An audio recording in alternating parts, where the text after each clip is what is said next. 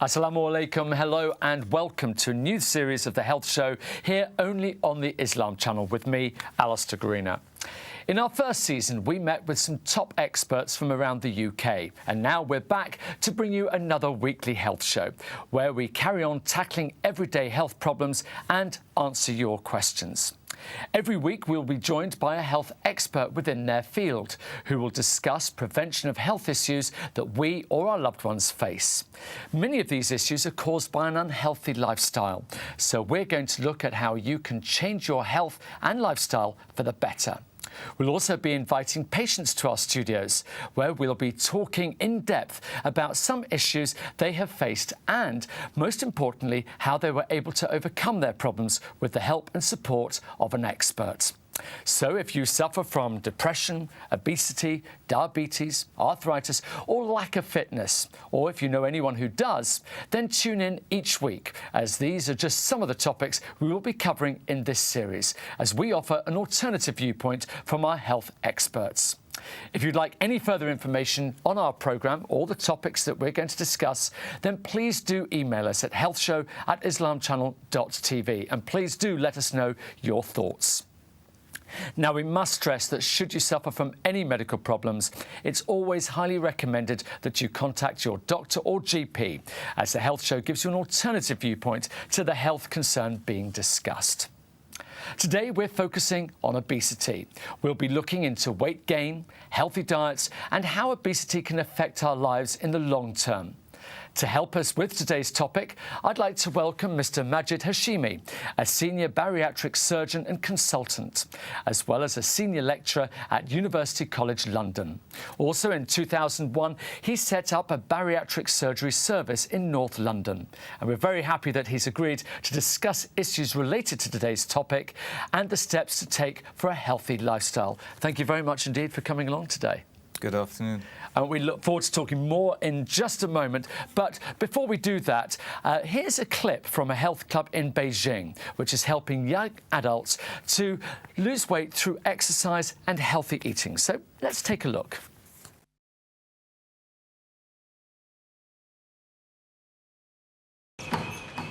For 4 hours a day, this young man follows an intensive exercise program to help him burn calories. At Club GYD in Beijing, obese teenagers lose a lot of weight. A complete course lasts 42 days. Under the watchful eye of an instructor, they alternate between the treadmill, weightlifting, cycling, group gymnastics, and Pilates. People come here for many reasons. Some people feel that they are not attractive enough or believe their appearance will prevent them from getting a job. But the main reason is to improve their health. People are flocking to slimming centers all over China. Many like this one offer full board. Xia Zheyu has taken a break from her education to attend GYD. She has signed up for the second time at a cost of $2,600. Before, I loved playing computer games. After meals, I would spend a lot of time in front of my computer. When I was tired, I would just collapse. I never exercised and got heavier and heavier. As incomes rise, an increasing number of people are trading in their bicycles for cars and eating more fast food, sodas, and sweets. Obesity is fast becoming a major public health issue. According to a recent study by a market research company, 1 in 5 young urban Chinese are now overweight. Zhu Lindai's weight peaked at 152 kilos. She has already managed to lose almost 50 kilos. I used to eat a lot of hamburgers, fries, fried food, donuts, and meat buns. I ate too much. Thanks to the food here, I feel better and my health has improved. She and her course mates eat meals together. Their diet is mainly based on beans, rice, tofu, soup, but no dessert. The food they eat at home often has too many calories. Here we stay away from foods high in calorie content. We mainly serve vegetables and fruits, which have a lot of fiber. Reliable statistics on success rates are not available, but the owners here say many attendees manage to keep the weight off, provided they eat properly and exercise.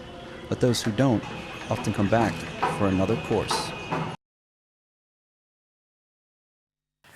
It was fascinating watching that clip because that is something we see all too often, don't we? That people are overweight and getting obese. How big a problem is it today?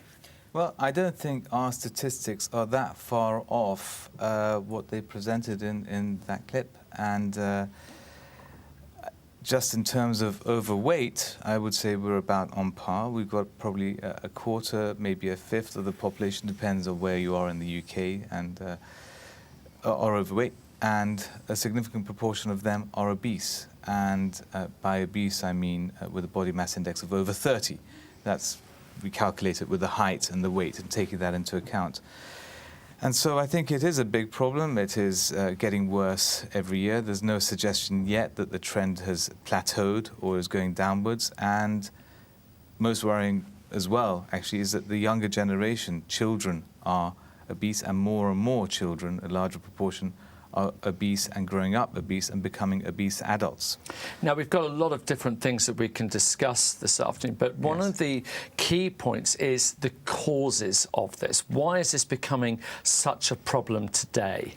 Again, I think it was touched on the video. I think it is a little simplistic just to say it's income and the westernization necessarily of diet, but it is the availability of food, us tending to lead a more sedentary lifestyle and leading that sedentary lifestyle in comfort. But it is the availability, the sheer choice of food. There's been a lot of emphasis in Europe, particularly, of reducing sugar in drinks and taxing sugar.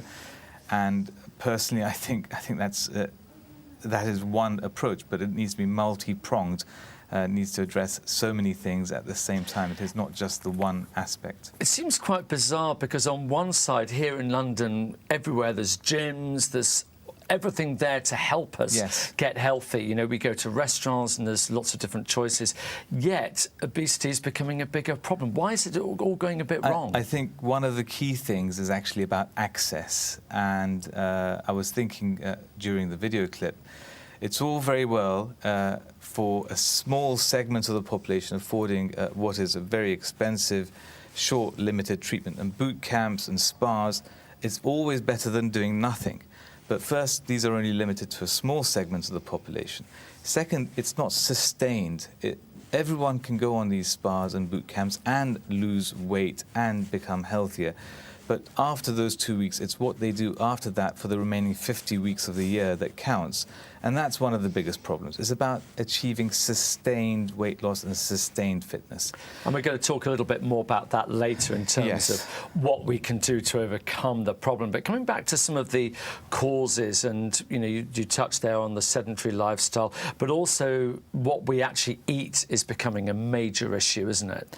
Well, it's all about intake and expenditure. And when you get an imbalance in your intake, which is greater than your expenditure, you're going to become overweight. Now, whatever leads to that increased intake, one could debate. We could spend the next week talking about it and bring everyone in and never completely agree. But there are some very obvious things we talked about: the availability of food, the choice of food, the sedentary lifestyle, difficult access to exercise, and also the type of exercise, because I don't necessarily agree with all of the exercise regimes they're doing there. There are some exercise programs that actually don't necessarily even lead to weight loss.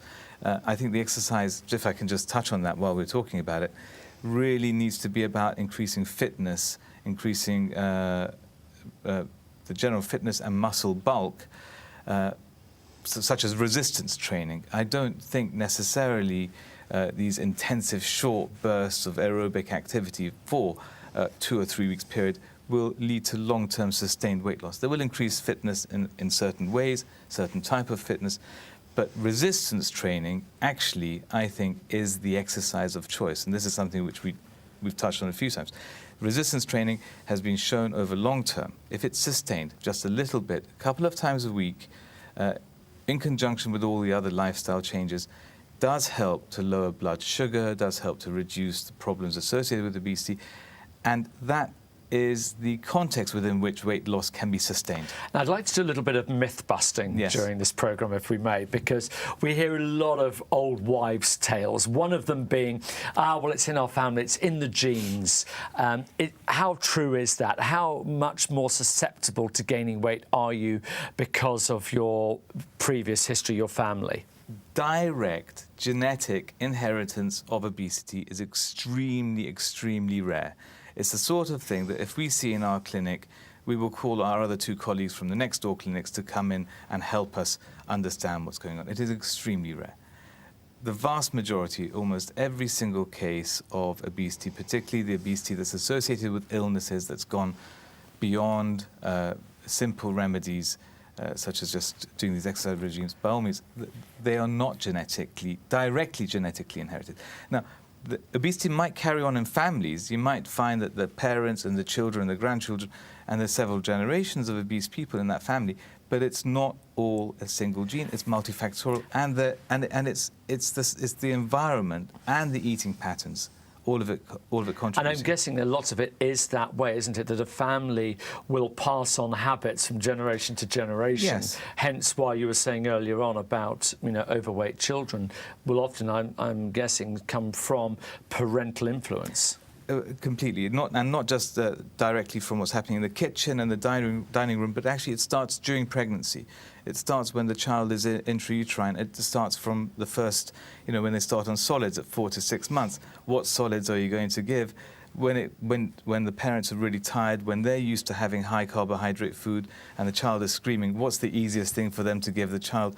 And if there's obesity in the parents with the predispositions that there is a higher chance of those children following on. So it is something that can continue down families, but it's not genetic. Coming back to... Which means that there's a fix for it. Yeah, well, exactly. And we're going to spend plenty of time on fixes as well.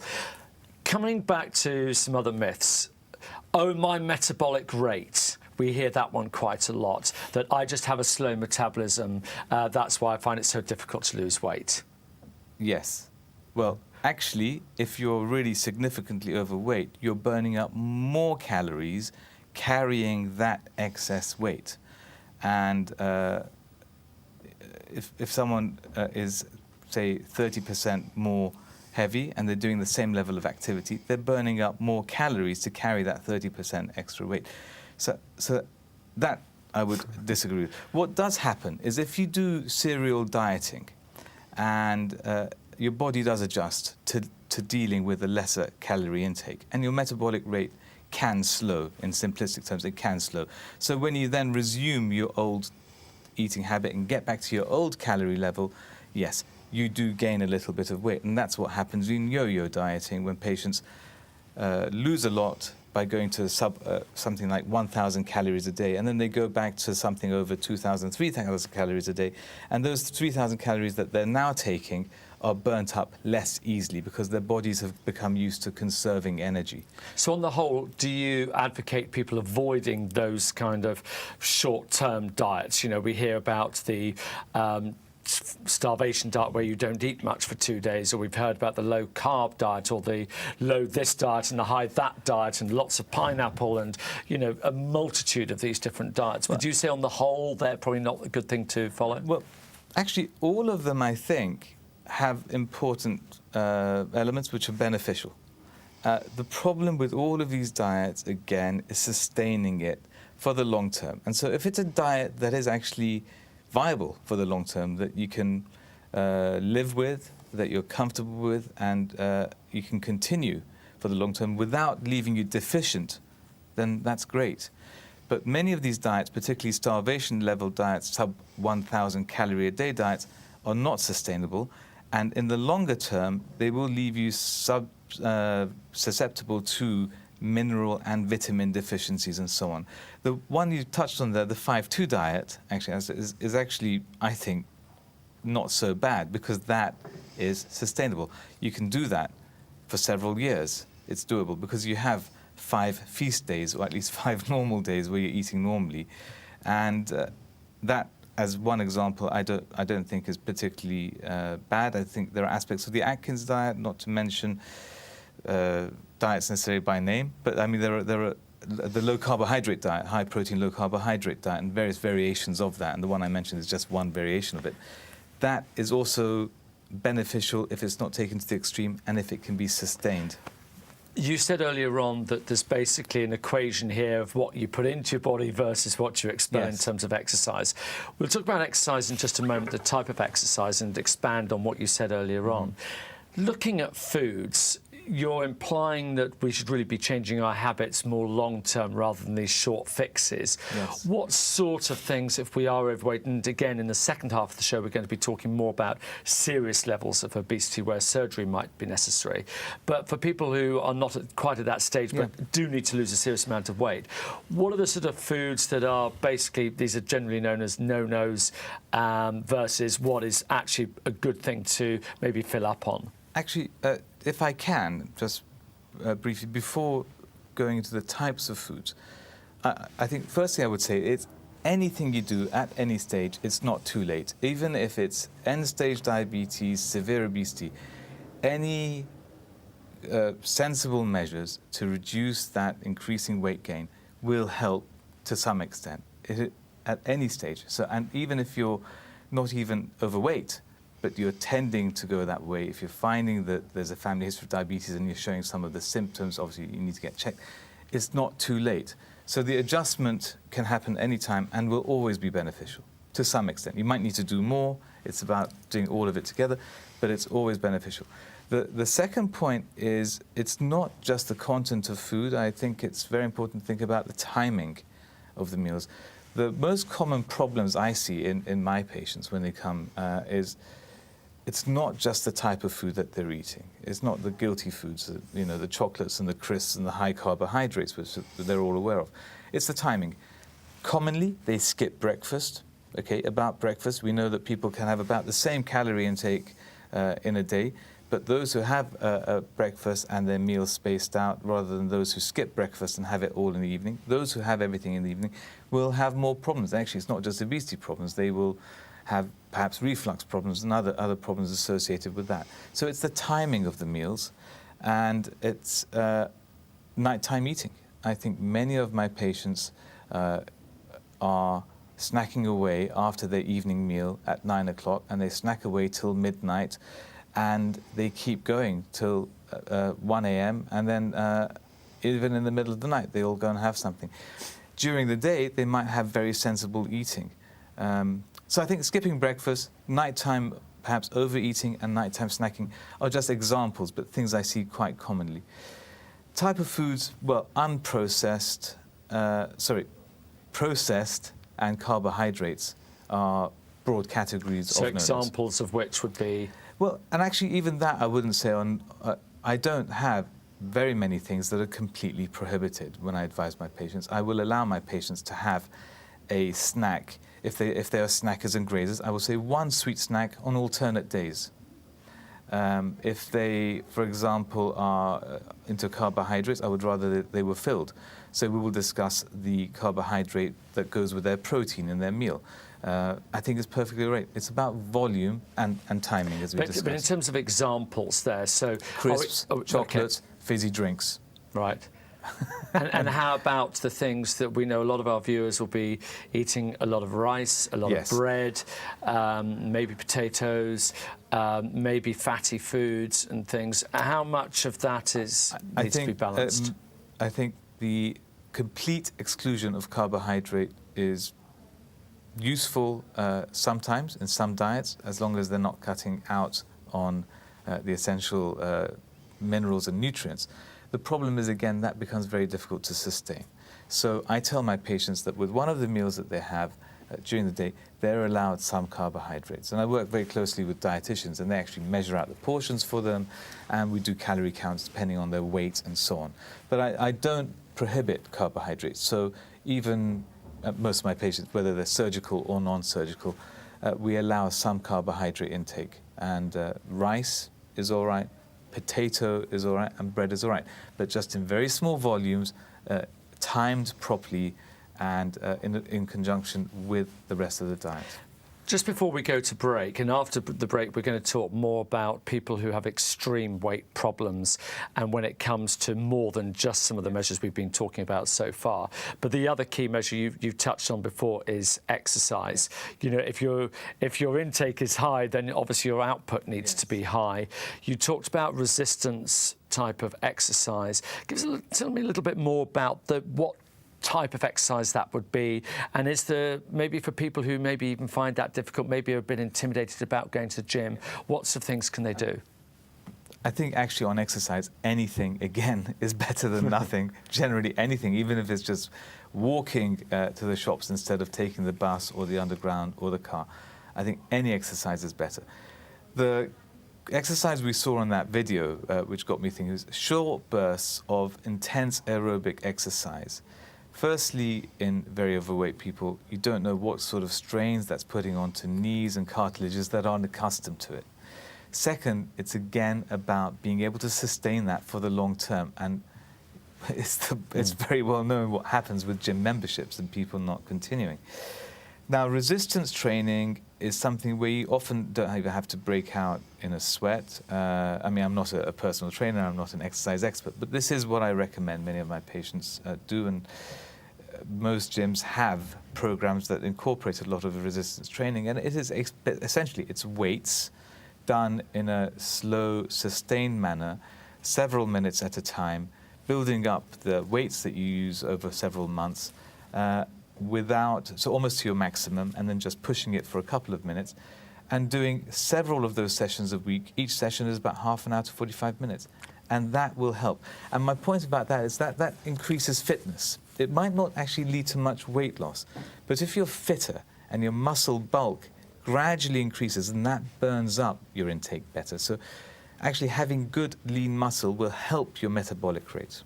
Fantastic. Well, we're going to talk a lot more about what we can do to help ourselves, and also if it's got to a stage when it's really, really difficult, what can we do then as well. But in the meantime, it's time for a short break. But when we return, we'll be talking more to Dr. Hamishi, and don't go anywhere. We'll be right back.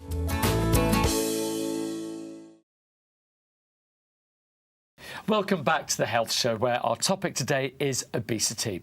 So far, we've discussed with Mr. Majid Hashimi some of the issues related to weight gain and how to have a healthy diet. It's great to have you back again, and I'm always intrigued how people get into the various careers they have done. What was it that appealed to you about the whole subject of obesity? Well, my training is as a surgeon, principally, with specialization in esophageal and gastric problems, so everything to do with eating from pretty much the throat down to the top of the stomach. And also, I was trained in keyhole surgery, and I was appointed in 2001, and at around that time, there was the three things converged. I was appointed, so I therefore had the ability to develop my practice. Laparoscopic surgery was developing, and I was doing it, having been trained up in it, and the gastric band became available. And suddenly we had this much less invasive option for the treatment of this condition. Up until then, over the last few decades, the treatments for obesity were difficult. They had high risks, not such good results, and often involved open surgery and quite a lot of surgery and cutting on the bowel. The gastric band was a very minimally invasive option, appeared to work effectively, at least for the short term, and could be placed by keyhole with the patients going home the next day. And this new tool was suddenly presented to us. From then on, it was about identifying the right patients, the ones who would benefit. And personally, I found the whole multidisciplinary team working very rewarding, and particularly rewarding, obviously, seeing the patients coming back with their newfound life. They started doing things they hadn't been able to do for many decades, and going out again and interacting. And that reward which you get is actually very addictive. So from then on, it was about getting awareness of the NHS, of the funders, the government, and then raising awareness amongst practitioners and amongst patients, and it's patients coming to seek help. Let's talk a little bit more about this surgery, because this is something we normally associate with people who are severely obese. How obese are we talking about before surgery is something that's considered? Well, from the get-go, actually, the guidelines that came out in around 2000, the early 2000s, the cutoff was a body mass index of over 35 with illnesses, or a body mass index of over 40. And again, for those who don't know, tell us what body mass index is. Body mass index is calculated to take into account the height and the weight, because you can be very, very tall and very, very heavy, but actually you might be quite slim. And so it's basically the height squared, height in meters is squared, and that's divided into the weight, which is taken in kilograms. And what would be a normal amount? So a body weight, body mass index 23 to 25 would be about normal. We wouldn't really want to go much below those figures, in the low 20s, and certainly not below 20. That would be underweight. But body mass index of over 30 is overweight, and over 35 is obese. Over 25 to 30 is overweight, and over 30 is obese. And the ones that we would select out for surgery would be those with a body mass index of over 35. It might vary amongst countries, and there was initially some flexibility in that, but it was a matter of not wanting to operate on people who might not necessarily benefit. And that's actually a really important thing, isn't it? Because sometimes people, you know, there's been a reputation, or certainly amongst the media, that actually surgeons are conducting these surgeries even when they're not necessarily that important. And I suppose it's quite important to get across that there's a whole process before you get to the point of surgery. It's certainly not cosmetic surgery. And when I see a patient in the clinic, for me, it's from the beginning, from when they walk in, it's very important to listen to what the patient wants. It's very important to listen to the drivers that have brought them there, what they actually want. But actually, it's about the risk versus the benefit. And I quite often get seen by patients come asking for surgery where I don't actually believe it will necessarily be a benefit to them. So I suppose there's some people who come along thinking it's an easy way of losing weight. Exactly, and they might actually be very light, or they might not have really tried the alternatives, and so on. But it is about the risks and benefit, and we found that patients with those BMIs in those categories, first, they were the ones who would be at risk of illnesses if they were left untreated. And therefore, because that they were at risk of illnesses if left untreated, the treatment was more easily justified. And in the early days, we weren't really sure about the risk, but we wanted to be very careful, obviously, to get the very best results. It is actually very low-risk surgery in properly prepared, properly selected patients. But it's about balancing that risk of leaving it untreated or the risk of the treatment. And again, obviously, for anybody watching, anybody who wants a consultation to have that discussion, that's easily done. But let's now say that the decision has been made to have the surgery. Yes. What type of surgeries are common to deal with obesity? Well, it's interesting how that's evolved, because the thing that got it started was the fact that we had laparoscopy, we had the gastric band. But actually, we did a lot of gastric bands the first few years. In fact, pretty much all the operations we did were gastric bands. But we've moved away from that. The band had some limitations. It's still a nice operation. It's safe to place. But the long-term effectiveness is not as good as some of the other now tried and tested operations. The other operations are what we call the sleeve gastrectomy and the gastric bypass. Now, all of these are done keyhole. And then these are basically the main operations, and you've got variations on these. So various surgeons, they sometimes tweak them a little bit. They vary the lengths of the cuts that they do, or the join-ups and so on.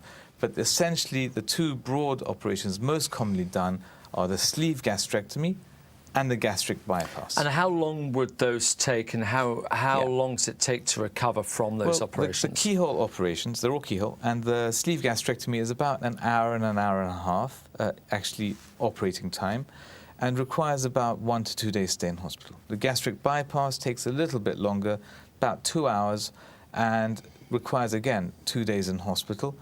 And really, the recovery, the difficulty with the recovery is the patient getting used to not having that sort of diet that they had. So we spend a lot of time preoperatively preparing patients for what they will encounter postoperatively in terms of eating. They will. And I want to talk about that in just one yes. second, because obviously that's a very key part of that surgery. What about the main consequence of having surgery, the excess skin that might exist? How do you deal with that situation? It is one of those things which is almost inevitable, and in very large patients, it's one of those things that I always emphasize to patients to manage their expectations. Sometimes some patients have extremely elastic skin, sometimes they're lighter, sometimes the weight loss that they need to get is not so much, and they don't actually have a problem with it. But essentially, there are 3, 4, 5 areas it could affect. The most common operation done afterwards is called massive body contouring surgery. It's what the plastic surgeons now do. They have plastic surgeons who just specialize, or at least have this as one of their areas of interest. And the most common one is the abdominoplasty. It's the tummy tuck. It involves quite a large incision on the abdomen, but that removes the excess skin on the abdominal wall. There are the arm lifts, the thigh lifts, and also breast lifts as well. And how long would they take to recover from? Because obviously that surgery is a little bit, it's bigger surgery. The first thing is we don't really advise anyone to go for that surgery until they're 18 months after the obesity surgery, the bariatric surgery, because by then we know that the weight has plateaued, they've reached the sort of weight they'll keep long term, their health has improved, they're a lower risk, they can have an anesthetic more easily. And really, I'd say on these, again, I don't see these as cosmetic operations, or they might have cosmetic benefits, but it's about function. My priority with bariatric surgery is to get that person who's sitting indoors, not getting out for whatever reason, if it's self-esteem, if it's not being able to wear the clothes they want, or if it's actually bone ache, joint ache. It's about getting them out of the house, back to their jobs, back to the universities, back into relationships. It's about function. And I refer, personally, I would only refer really for body contouring surgery if it was an issue of function. So if that excess skin stopped my patient going to the swimming pool, or wearing the clothes they wanted, or running, or going jogging, then I think it's indicated. Just taking a little bit of the skin away for cosmetic reasons, I don't necessarily advocate. One of the issues that is sometimes levelled at this kind of surgery is that you're not actually really dealing with the causes of obesity in the first place, how someone got to be obese in the first place, because eventually maybe the thought process is they'll go back to those same old habits. So what's the follow-up after you've done some form of bariatric surgery? Thank you. It's all about sustaining that weight loss, isn't it? It's about keeping it for the long term, which obviously other things can't do. The cause is, we touched on it, it's an imbalance. The intake exceeds the expenditure. What causes that excess intake? Now that's multifactorial. Again, society, all the personal factors and so on. What we do is we reduce the intake and we reduce the absorption in a certain way, and we alter the gut hormones by doing these operations in a certain way where there might be further effects on the appetite, and maybe even, there are effects on the metabolism as well. Maintaining it for the long term is actually, it's again why we're not so much doing the band and why we're doing the sleeve gastrectomy and the gastric bypass, because they do make pretty much permanent changes to the architecture of the intestine. The changes are permanent. They should not be regarded as reversible operations. And there are changes to the gut hormones. So there is some help from the operation in most people, but not always. And I will emphasize to patients not to rely on it. But there is some reduction of the hormones that stimulate the appetite. There is therefore some anorectic effect, some loss of appetite. There is a change in how patients choose food. So a patient after a bypass would prefer an apple to the chips that they would have gone for before. So there are changes in the choices. There are actually changes in how people smell, how they perceive smell after the gastric bypass and the sleeve. They alter our taste and our smell and food choices. And then, I think the point you were perhaps getting to more with your question was, what is there from the clinician to keep it in place? We maintain follow-up.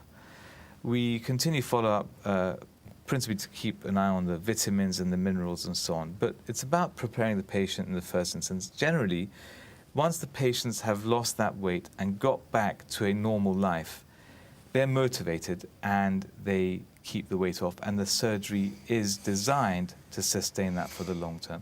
And the other aspect to your question is actually about selection. So I spend a lot of time when I'm talking with a patient, when we choose the surgical route, to see if there is anything else we can do to prepare them better for it. Some patients need some psychological support. We have excellent psychologists who deal either mindfulness programs. Some patients might need cognitive behavioral therapy. And so are any of these specific to the Asian community in terms of the kind of help that they're offered or required, or for that matter, the liability of being obese in the first place?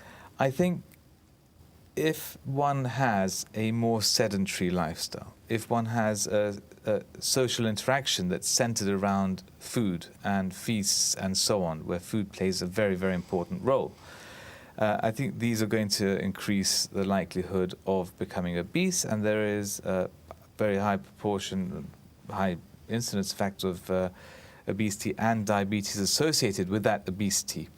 I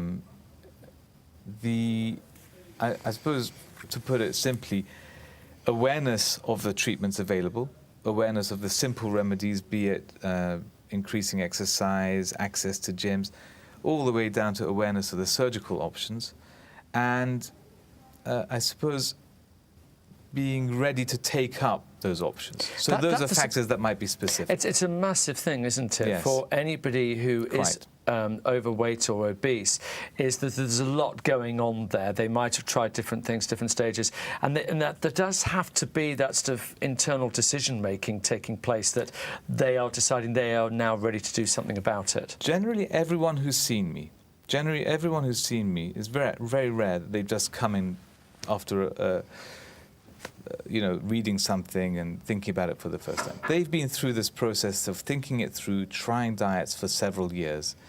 Going back to the question you asked about the Asian community, or I don't know, the Islamic community perhaps, it's about perhaps mental barriers to the idea of surgery, doing something permanent and doing something surgical that's going to alter your gut.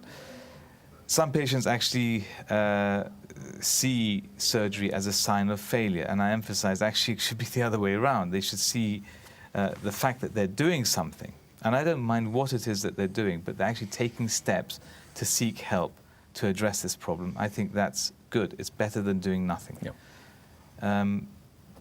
Yeah.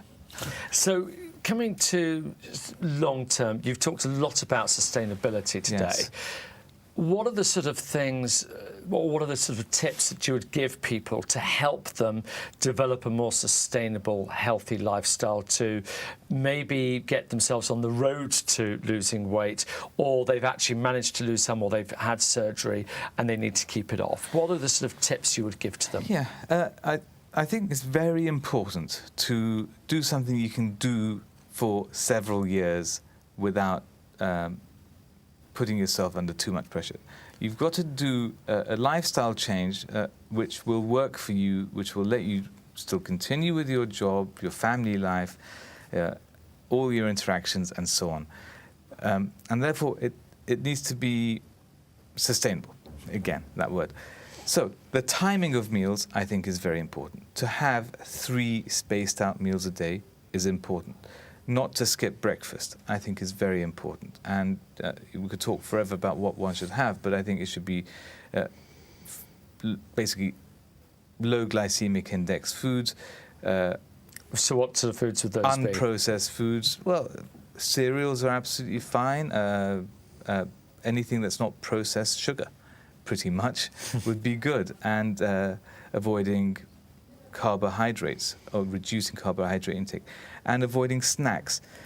A lot of it actually is about changing your sleeping patterns, changing your lifestyle, taking away factors that will lead you to have a more unhealthy lifestyle. So it's about restructuring your life, restructuring your timetable, sleep time, wake time, travel and times, I suppose and so these on. are all, you're advocating smaller changes rather than radical changes because they're probably easier to stick to. And not to do it alone. And one of the things from the video was that it's all about eating together. And I always ask my patients who they eat with, and it gives me a clue about how they will do longer term. And I would urge anyone, anything is better than nothing. And even if it is a couple of friends locally and you band together and you choose to do a sustainable adaptation of your diet for the long term, that's great. It's better than nothing. It's quite interesting, isn't it? Because a lot of these to fit clubs, as we saw in the video at the beginning of the show, also some of the dieting clubs and things that people belong to, it's almost like a togetherness that helps some people. Well, I mean, if you think about it, very many cultures basically are food-centered, and particularly the social gatherings are food-centered. And I think it's only appropriate that if you're going on a lifestyle change and you want to adopt a healthy program, you do that with others. And doing it, I think, alone is difficult, be it just a little adjustment to your diet. And so help from family and doing it with other friends is definitely will make it easier and easier to sustain. Just finishing up on the whole subject of surgery, for those patients who are very obese and it's a serious consideration for them, what advice would you give to somebody who's watching at the moment, who's heard a little bit about it and is wondering whether to proceed or not? I think I'll answer that and say the sort of patients that I think would benefit the most. And I suppose there are two categories. There are the diabetic patients who have blood pressure problems, who are diabetic, where the diabetes maybe is difficult to control, and where it's more than just a few tablets of metformin, maybe it's going on to insulin, and the requirements for treatment are going up. And if they're overweight. So basically, if their BMI is over 35, I think they would be considered for surgery, and they would benefit. They would benefit. So the effect on diabetes is very interesting. It's independent of the weight loss. So you can have the surgery, but before you've lost the weight, before you've even lost 1 kilogram in weight, your diabetes is already beginning to be better controlled. So it has an effect through the gut hormones, through the alteration of the gut anatomy. It has an effect on the gut hormones that starts helping the diabetes stabilize. That's one group. So the people who have illnesses associated with their obesity. The second one, which actually is dramatic, is patients who have sleep apnea, who are snorers. And sleep apnea has all kinds of consequences, but it's just not nice. I mean, and it's dangerous, and it leads to other problems. Everyone with sleep apnea, once you have the bariatric surgery, you get about 20% of that excess weight off. That's not even half of what most bariatric operations would achieve. Your sleep apnea will resolve. It just goes away. So patients who have illnesses associated with the obesity, I think if they cannot do it any other way, and they've tried it, and they've genuinely made attempts at sustained weight loss, then they need to think about it. Well, it's been, unfortunately, we're out of time. There are two more groups. OK, really quickly before we have to leave. I think young people who are extremely obese, who are ill with it, again with diabetes, blood pressure, sleep apnea, need to be seen by specialists and need to get onto programs, because again, those are lost years. What upsets me to see someone like that go to their 30s, 40s and miss out on college, early jobs, marriage, family, and so on. And you see them in their 40s and 50s and they've missed out. And then I was going to say, finally, but basically, if you have illnesses associated with the obesity, and the third group I was going to say are people who are extremely obese, who've basically been unable to control it, and whether it's crept up gradually over the years, and who are in the high BMI category, the 50s and 60s, pretty much always attempts at dieting will help. It'll prepare them for surgery, it'll prepare them for the long term, but they will need surgery as well to help them get the weight down. I think you said at the beginning of this show we could talk about this all day, and you know what, I feel like we've hardly scratched the surface. But thanks so much for some fantastic advice there. Well, as we say, there you have it, some important and really helpful advice on obesity. I'd like to thank Mr. Majid Hashimi for all of his fantastic advice and for coming in and giving us a better understanding on the subject. Now, if you'd like to know more, then please do email us at healthshow@islamchannel.tv. And once again, we must stress that should you suffer from any medical problems, it's always highly recommended that you contact your doctor or GP, as the Health Show gives you an alternative viewpoint to the health concern being discussed. Well, I hope you enjoyed this, our first show of our new series. But for now, goodbye, and we'll see you again soon. Assalamu alaikum. Thank you very much.